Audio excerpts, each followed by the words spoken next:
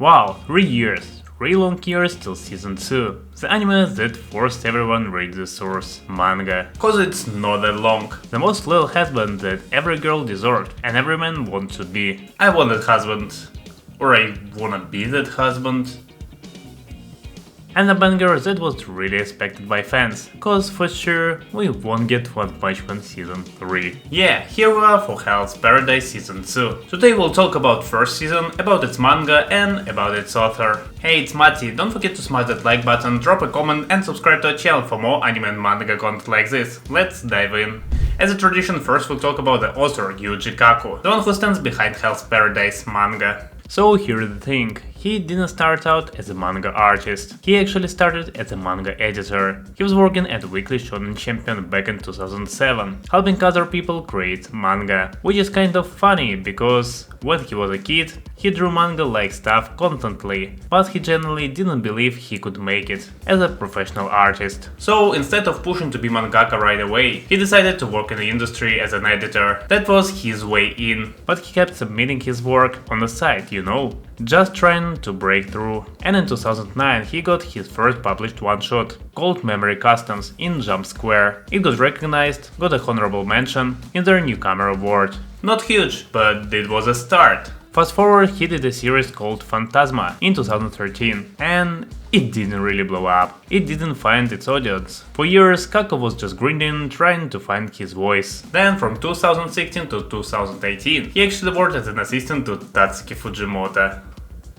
the one who created Fire Punch and Chainsaw Man, so he's learning from one of the best action manga creator of this generation. And in 2018, he finally launched Hell's Paradise, and it just explodes. By August 2018, it was already the most popular manga on the Shonen Jump Plus platform. Like all these years of work, all the struggles, finally paid off. That's why the series is so special. It's his first real breakthrough, after over a decade of trying. So where does all this weird, dark, beautiful aesthetic come from? Honestly, his childhood. Kaku grew up loving horror. Like his favorite movies since he was a kid is Texas Chainsaw Massacre. Not exactly standard children's entertainment, right? He also practiced swordplay with his cousin growing up, and that's actually influenced how he draws action senses. There is this real physicality to how people move and fight.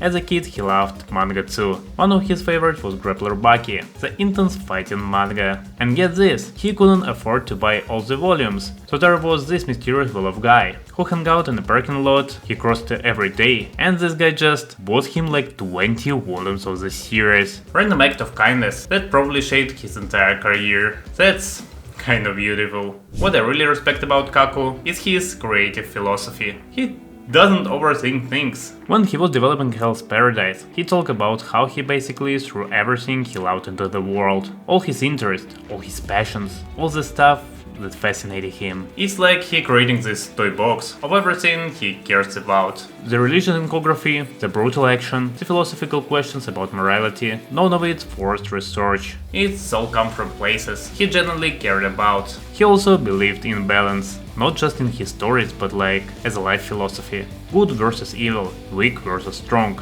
life versus death. Everything got its opposite in this work, and it actually shaped how the entire story is built. Here is something cool. When Kaku choreograph fight senses, he doesn't always know who's gonna win. He talks about literally synchronizing with his characters, as they figure out how to defeat their opponents. Like he's discovering the story at the same time as we are. That's exactly kind of wild when you talk about it, when you think about it. It explains why the fight feels so dynamic and unpredictable. And he doesn't work alone. He works really closely with his editor, planning every in sets of 10 chapters. They literally map out entire volumes together. His editor Hideaki Sakakiba was so impressed with Kaku's art that he volunteered specially to work on Hell's Paradise. And because Kaku used to be an editor himself, he's really good at taking feedback and understanding what people mean without a lot of explanation.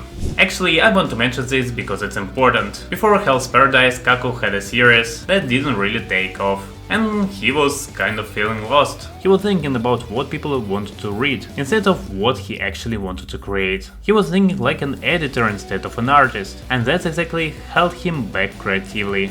But with Hell's Paradise he learned his lessons. He stopped worrying about whether his style was popular or in right now. He just made something he believed in, and that's what made it special. Since Hell's Paradise ended in 2021, Kaku's done another series called Aishimon. It's basically a love letter to shonen manga. The main character is obsessed with shonen heroes like Goku and Jotaro. It didn't last super long, only 25 chapters, but it has this hardcore cult, full of people who love it. So yeah, Yuji Kaku is this quiet, private guy who worked in the industry for over a decade before getting his big break. He loves horror, he loves action, he loves exploring what it means to be a human in impossible situations. And all of this is sprouted into Hell's Paradise. It's not just a random manga, it's a deeply personal project from someone who finally got a chance to tell a story they always wanted to tell. So let's head to the manga by Yuji Kaku, Hell's Paradise. A bunch of dangerous criminals, murderers, thieves, all these people society threw away. They sent to this mysterious island to find the elixir of immortality. Not this Epstein-kun. If they succeed, they get a full pardon and their freedom. Sounds pretty simple on paper. Honestly, at first glance, it looks like any other battle royale story you've seen a million times before. But then the manga just started building on this basic idea. It's crazy how it transforms something so simple into something genuinely special. Like the world itself comes alive. The island isn't just a backdrop, it's almost like a character itself, and the way they reveal what's really happening there. Perfect pacing, not too rushed, not too slow. Now let's talk about the art, because it's absolutely stunning. Yuji Kaku got this really unique style that doesn't feel like typical manga art. It feels more like real art, like something a talented painter could create. The character designs are incredible, especially the enemies. And the action senses. The details in the background, the way they drew the island's creatures and environment, it's all beautiful and disturbing at the same time. I will say though, sometimes the backgrounds feel a bit empty compared to the rest of the artwork. It's not a huge deal, but it's something I noticed. Characters. Every character in this series feel like they have a real backstory and real reasons for being here. They're not just the cardboard cutouts, and I really appreciate this manga isn't afraid to show you bad people doing bad things. These are criminals, these are people who've done horrible stuff. But as the story goes on, you start understanding them, you start empathizing with them. What's cool is how the story questions your own morals while you're reading. Like, are these criminals actually bad people? Or are the people hunting them actually the bad ones? Is being weak actually a type of strange? It makes you think, and not many manga do that. The main character Gebimaro is especially well written. His whole journey represents this bigger theme of the series. Nothing is completely black or white, everything in a grey area. But the manga does have some issues. As we get forward to the end, it starts playing it a bit safer, as I would have liked. Like it touched on some really dark, mature themes, but it never fully commits to going there. It kind of backs away from a darkness. Also towards the ending, the pacing gets a little weird. Like the characters are saying, I'm execute, I can barely stand. And then immediately they're in another intense fight. It happens multiple times, and kind of breaks the tension a bit. And then at the very end, they introduce a bunch of new characters, who don't really matter much. They're just there to be fodder or to die. It feels a little forced. But honestly, those problems don't ruin the experience, not even close. Yeah, the characters have similar character arcs. They all kind of go from behind selfish jerks to becoming part of a team. Yeah, it could have gone darker. Yeah, the ending gets a little messy, but the whole journey is so engaging that none of that really bothered me. The art is gorgeous, the story makes you feel things, the characters are interesting and complex, the action is intense. This is legitimate high quality manga, and I'm not saying that lightly. It's the kind of a series that sticks with you after you're reading it. So, the anime time. First, let me give credit where it's due. The animation is absolutely stunning. MAPPA went all out with this one. The action senses are jaw-dropping, like genuinely impressive to watch. The character design are beautiful, both the heroes and the villains look incredible. And the world design. They incorporated all these religious and mythological elements that make the island feel genuinely alien and entertaining. The final episode especially is probably the strongest episode of the entire season. It's when everything comes together and you really feel the impact of what is happening. That ending is brilliant, and the art direction, the use of color, the grotesque and beautiful visuals happening at the same time. It perfectly captures the duality the manga was going for. People who watch it said it's like watching a painter creating an anime. But here where things get messy, the pacing. This is where people are really divided. So the anime aired for 13 episodes, and it tried to pack a lot into these episodes. Like, way too much. The thing about manga is that you can read it at your own pace, right? You can slow down for important moments or speed through action senses.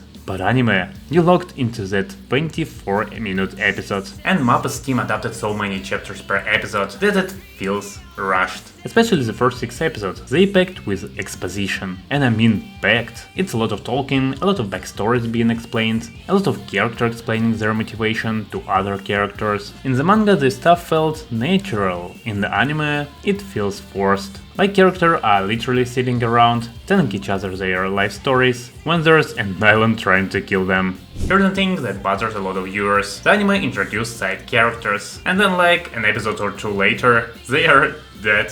And right before they die, the anime gives them this huge backstory and flashbacks, so you feel sad about them. And feels manipulative sometimes. Like the anime is trying too hard to make you cry about characters you just met. In the manga, these moments had more room to breathe. The character development felt earned. In the anime, it feels like cramming an entire character arc into 3-4 minutes before the character gets killed off. Some people found it annoying. Here's the opinion really split. People keep comparing Hell's Paradise to other dark shonens, like Jujutsu Kaisen and Chainsaw Man, and there's this weird divide in the fanbase about it. Some people think Hell's Paradise is better than other MAPPA's show. They're like, finally, MAPPA made something with actual story depth, not just animation spectacle. These people loved it, but other people think it's actually worse because it's trying to be dark and serious but doesn't quite land. They expected a Game of Thrones level story because of how dark it's supposed to be, but instead got something that good but not that good. People who read the manga first say the manga is better, and I get that, the manga has more time to tell its stories. The anime had 13 episodes and a production schedule that probably was way too tight. When you're adapting this part of a story into 13 episodes, you're gonna lose some stuff, you're gonna have to rush things. Some anime reviewers even said it felt like MAPPA's A-team wasn't on this project, like maybe they were tired from working on other big shows. Which honestly wouldn't surprise me, given how many massive titles MAPPA are handling. But I want to give the anime a credit for one thing: the mystery. This season of anime really focused on answering questions about the island and what's really going on. And unlike some anime that just drag out mysteries forever, Hell's Paradise actually gave us answers, real answers that help us understanding the world better. And the final few episodes especially, they really paid off this mystery element. Even the people who weren't totally in love with an anime admitted the ending was strong. One more thing, the way they directed senses with the mauling meaning was really cool. Like the fighting senses aren't just about who wins, they shot in a way that means something thematically. They're using the animation and composition to tell part of the story. That's smart filmmaking. The opening theme is also really good. Worth mentioning because the opening sets the tone perfectly for what you're about to watch. Now in 2026, the second season kicks back on the screens, bringing back characters, fights, island.